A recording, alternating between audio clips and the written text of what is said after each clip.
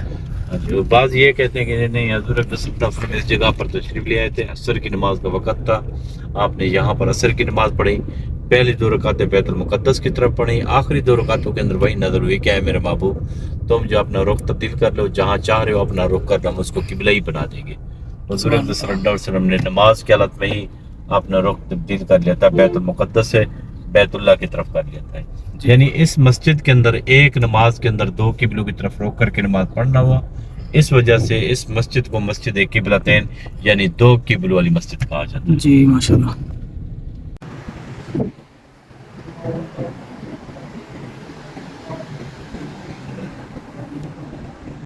ہم جا رہے ہیں غزوہ خندق میں. غزوہ خندق، ٹھیک ہے.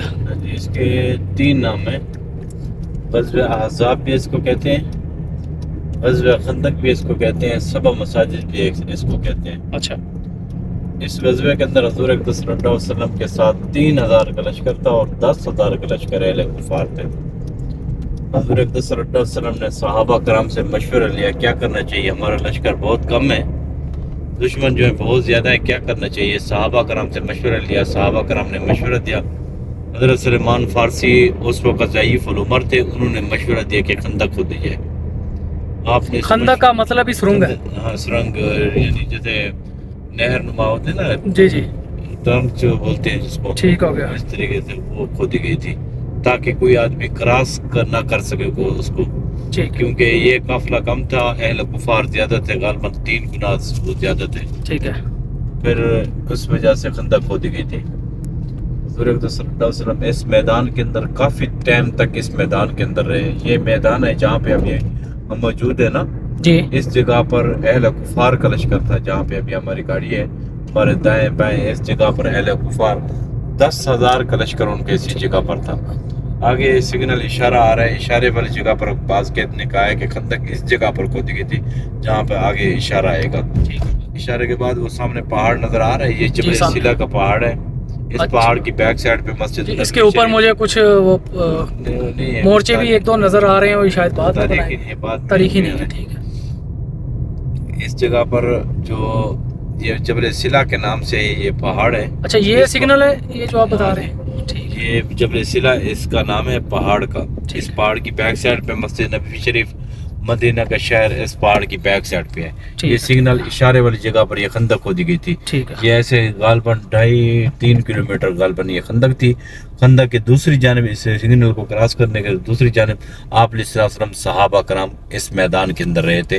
یہ میدان حضور اقدس صلی اللہ علیہ وسلم صحابہ کرام کے پاس تھا سگنل کے بعد، جہاں پہ ابھی ہم موجود ہیں ہماری بیک سائڈ پہ اس جگہ پر اہل کفار کا لشکر تھا. ٹھیک ہے. تو حضور اقدس صلی اللہ علیہ وسلم نے اس میدان کے اندر جب کافی ٹائم تک رکے یہاں پر، تو صحابہ کرام کے یہاں پر خیمے متعین کیے تھے کہ آپ نے اس جگہ پر پہرا دینا ہے، آپ نے اس جگہ پر ہر سپہ سالار کو اپنی جگہ متعین کی گئی تھی کہ جس جگہوں پر حضور اقدس صلی اللہ علیہ وسلم نے صحابہ کرام کو منتخب کیا کہ آپ کا خیمہ اس جگہ پر دینا ہے، آپ نے اس جگہ پر پہرا دینا ہے.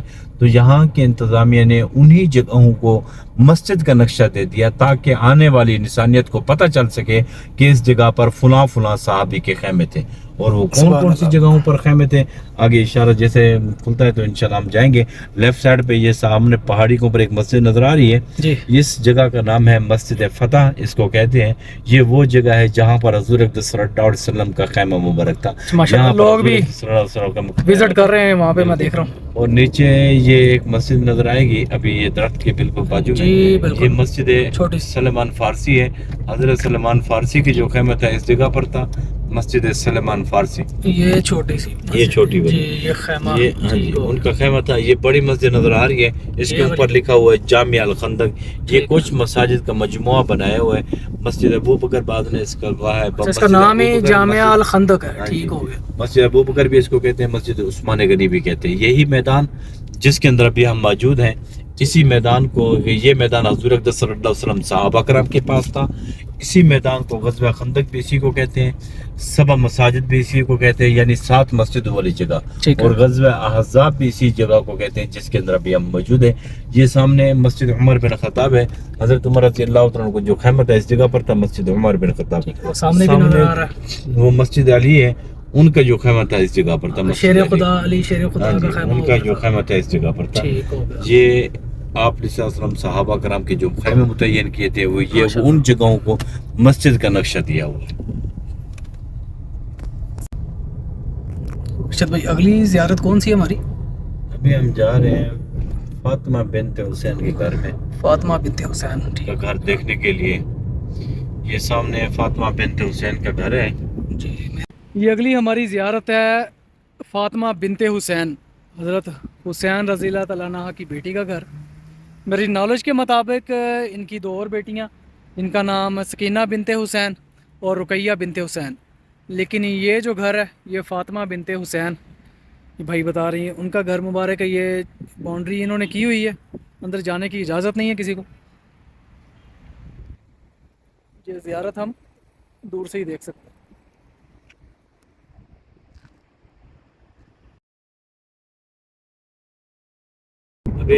ابھی ہم مسجد قباء میں جا رہے ہیں، ٹھیک ہے نا؟ ٹھیک ہے. مسجد قباء میں جانے سے پہلے راستے میں 2-3 زیارتیں آئیں گی جو مسجد قباء کے ساتھ منسلک ہیں. انشاءاللہ تھوڑا توجہ چاہیے کیونکہ یہ جگہ ایک جگہ پر 2-3 زیارتیں ہیں. ٹھیک ہے. ایک تو وہ جگہ جہاں پر حضور اقدس صلی اللہ علیہ وسلم کا مدینے والوں نے استقبال کیا تھا جب حضور مکہ سے مدینہ کی طرف آئے، ہجرت کی تھی، تو مدینے والوں کو خبر ہوئی آخر الزمان نبی مکہ سے مدینہ کی طرف آ رہے ہیں. حضور کا استقبال کرنے کے لیے مدینہ کے لوگ مدینہ کی حدود پر آتے تھے استقبال کرنے کے لیے. جب پہنچے استقبال کیا گیا، اس میں اشعار پڑھے گئے تھے، طلع البدر علینا من ثنیۃ الوداع وجبت له شکر علینا. اس قسم کے اشعار اور دف بجائے گئے تھے آپ علیہ السلام کے استقبال میں. نجار کی چھوٹی بچے ہی تھی، انہوں نے دف بھی بجائے تھے اور عربی کے اندر اشعار بھی پڑھے تھے. اشعار استقبال ہوا. استقبال کے بعد پھر حضور اقدس صلی اللہ علیہ وسلم مسجد قباء چلے گئے. مسجد قباء والی جگہ پر اس دور میں کلثوم بن حدم کا گھر تھا. ان کے گھر میں اس جگہ پر حضور اقدس صلی اللہ علیہ وسلم قیام پذیر ہوئے. 14 دن وہاں پر رکے. اس مسجد قباء کی تعمیر کی سنگ بنیاد رکھی گئی تھی. تاریخ اسلام کی پہلی مسجد قباء جس کی بنیاد آقا دو عالم صلی اللہ علیہ وسلم نے خود اپنے ہاتھوں سے رکھی. 14 دن کے بعد پھر مسجد نبوی قیام پذیر ہوئے. مسجد نبوی سے پھر حضور اقدس صلی اللہ علیہ وسلم مسجد قباء آیا کرتے تھے نفل پڑھنے کے لیے. تو کون سا راستہ اختیار کر کے آتے تھے؟ یہاں کی حکومت نے اس راستے کو بنایا ہے، اس کا نام رکھا ہے درب سنہ، یعنی سنت والا راستہ. وہ راستہ جو حضور اقدس صلی اللہ علیہ وسلم اپنی زندگی میں ہفتے والے دن یا پیر والے دن مسجد نبوی سے قباء نفل پڑھنے کے لیے آیا کرتے تھے. تو کون سا راستہ اختیار کرتے تھے؟ وہ راستہ مسجد نبوی کے 309 نمبر اور 311 نمبر گیٹ سے مسجد غمامہ کے پاس سے ہوتا ہوا سیدھا مسجد قباء آتا ہے. پھر مسجد قباء سے مسجد نبوی چلے جاتے ہیں. یہ پیدل چلنے کے لیے سواری کے لیے بھی بنایا ہوا ہے. پیدل آتے تھے حضور اقدس صلی اللہ علیہ وسلم یہ سواری پر. یہ اشارہ ہے جہاں پر ابھی ہم رک رہے ہیں. یہ لیفٹ سائڈ کو چلے جائیں، یہ دیکھیں آپ، یہ الیکٹرونک گاڑیاں بھی لگی ہوئی ہیں. یہ سامنے جو جا رہی ہیں، ہاں جی، اور یہ بھی آ رہی ہیں. یہ سامنے مسجد نبوی کی طرف جا رہی ہے، ٹھیک ہے نا؟ یہ راستہ سیدھا مسجد نبوی کو جاتا ہے اور یہ لیفٹ سائڈ کو مسجد نبوی کو چلا جائے گا اور رائٹ سائڈ کو یہ سیدھا مسجد قباء کو چلا جاتا ہے. مسجد قباء کا میں نے سنا ہے نا کہ نوافل ادا کرنے کے عمرہ جتنے ثواب ہے، قباء قبول عمرے کا ثواب. یہ وہ راستہ ہے جو حضور اقدس صلی اللہ علیہ وسلم اپنی زندگی میں مدینہ سے قباء سے مدینہ اس راستے کو اختیار کر کے آتے تھے. سامنے یہ مسجد جمعہ، یہ سامنے دکھا دیں، یہ راستہ بنا ہوا ہے یہ والا. یہ الیکٹرک گاڑیاں آ رہی ہیں ادھر سے. یہ مسجد قباء کی طرف سے یہ آتا ہے. یہ سامنے مسجد جمعہ ہے. حضور اقدس صلی اللہ علیہ وسلم نے ہجرت کے بعد قباء سے مدینہ کی طرف جاتے ہوئے پہلا جو جمعہ ادا کیا تھا یہاں پر ادا کیا تھا. بنو نجار کا قبیلہ بھی یہاں پر آباد تھا جس جگہ پر یہ مسجد جمعہ بنی ہوئی ہے. اور اوف بن سالم کا قبیلہ بھی یہاں پر آباد تھا جس جگہ پر یہ مسجد جمعہ ہے. لیفٹ سائڈ پہ دیکھیں یہ ایک چھوٹی سی مسجد عمارت نظر آ رہی ہے. یہ اس کے اوپر پہلے بورڈ لگا ہوتا تھا مدارس قصوہ الاہلیہ کے نام سے. قصوہ اونٹنی تھی جس کے اوپر حضور سوار ہو کر مکہ سے مدینہ کی طرف آئے تھے. یہاں پر حضور کا مدینہ والوں نے استقبال کیا تھا. اس جگہ کو سنیہ تحیۃ الوداع یعنی استقبال کرنے والی جگہ کہتے ہیں کہ یہاں پر حضور کا مدینے والوں نے استقبال کیا، جس میں اشعار پڑھے گئے تھے، دف بجائے گئے تھے۔ پھر یہاں سے حضور اقدس صلی اللہ علیہ وسلم نے اونٹنی کی مہار کو چھوڑا، کیونکہ سب لوگ یہی کہہ رہے تھے کہ آپ ہمارے گھر میں چلیں، ہمارے گھر میں مہمان بن کر رہیں، ہم آپ کی میزبانی کرتے رہیں گے۔ تو حضور اقدس صلی اللہ علیہ وسلم نے اونٹنی کی مہار کو چھوڑا۔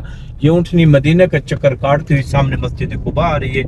کلثوم بن حدم کا گھر تھا، ان کے گھر میں اونٹنی آ کر بیٹھ گئی تھی۔ حضور نے اس مسجد کی بنیاد خود اپنے ہاتھوں سے رکھی ہے۔ تاریخ اسلام کی پہلی مسجد قباء ہے جو سامنے نظر آ رہی ہے، یہ منار اس کے نظر آ رہے ہیں۔ اور اس کے اندر حضور اقدس صلی اللہ علیہ وسلم نے فرمایا کہ جو آدمی اس مسجد کے اندر آ کر 2 رکعت نماز نفل پڑھے گا، اپنے گھر سے وضو ہو کر مسجد قباء کے اندر آ کر 2 رکعت نماز نفل پڑھے گا، اس کو قبول عمرے کا ثواب ملے گا۔ یعنی اس مسجد کے اندر جا کر 2 رکعت نماز نفل پڑھنے سے مقبول عمرے کا ثواب ملتا ہے۔ یہ اس کی فضیلت۔ سبحان اللہ۔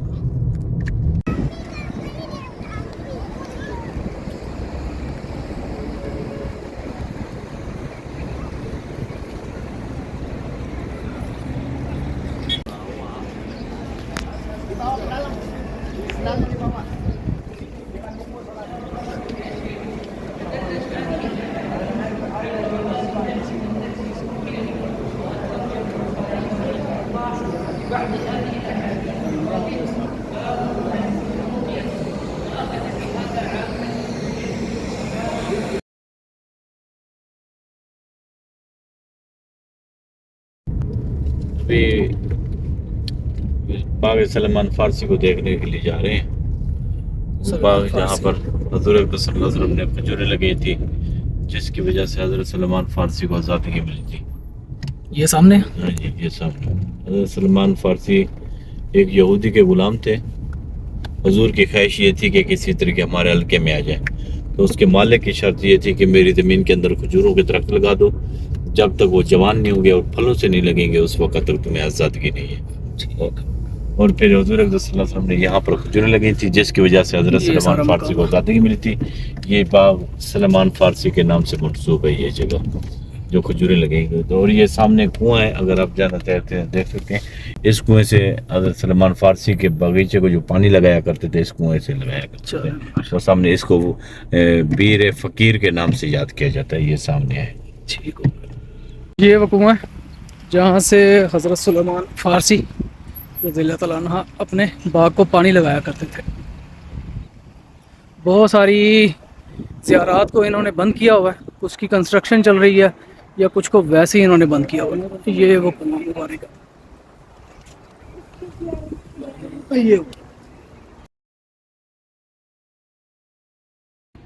یہ وہ کنواں ہے، اس کا نام ہے بیر غارس، اور اس کے بارے میں یہ ہے، اس کی ہسٹری یہ ہے کہ آپ صلی اللہ علیہ وآلہ وسلم کے غسل کے لیے جو پانی لایا گیا تھا وہ اس کنویں سے لایا گیا تھا، اور آپ صلی اللہ علیہ وسلم کے کچھ ہاتھ کے لگی شہد کی بوتل تھی، وہ بھی اس میں کنویں میں گرائی گئی تھی۔ اور یہ بہت ہی پیاری زیارت ہے۔